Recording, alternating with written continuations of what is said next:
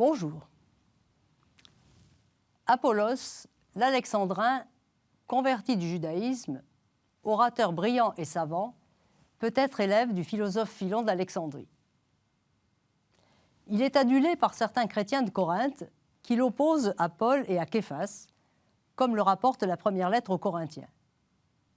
Moi je suis à Paul, et moi à Apollos, et moi à Képhas, et moi au Christ. Cet homme, très versé dans les Écritures, est devenu chrétien après avoir rencontré à Éphèse des convertis du courant baptiste auprès desquels il a reçu les premiers rudiments concernant la vie de Jésus. Or, il ne connaît que le baptême de pénitence de Jean-Baptiste. Paul demande à Prisca et à Aquila, et oui, même à Prisca, de compléter sa formation. À ceux qui l'admirent au point de ne penser qu'à travers lui, tant il est maître en sciences oratoires, Paul explique que rien ne sert d'opposer les apôtres les uns aux autres, car ils œuvrent en communion les uns avec les autres. Pour Paul, Apollos est un frère et un serviteur comme lui.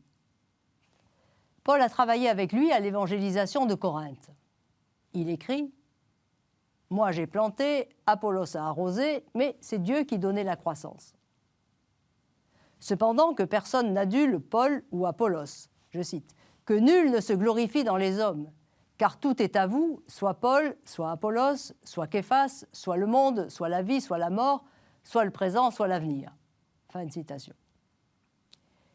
Si Paul déclare, au point de nous choquer, qu'il se prend comme exemple avec Apollos à cause des chrétiens, il rappelle aussitôt qu'un tel ministère est au service de la croix et ne parle que ce langage.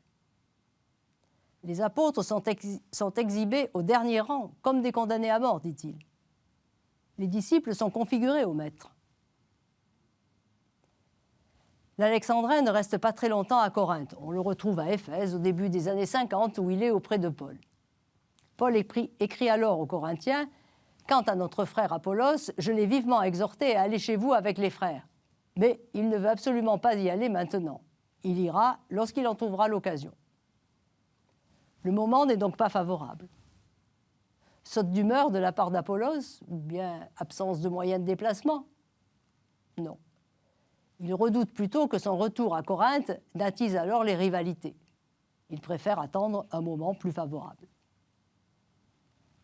Quelques années plus tard, Paul recommande à Tite d'aider Apollos, qui est accompagné dans son déplacement par Zénas, un juriste. Apollos est un itinérant qui garde en toutes circonstances la confiance de Paul.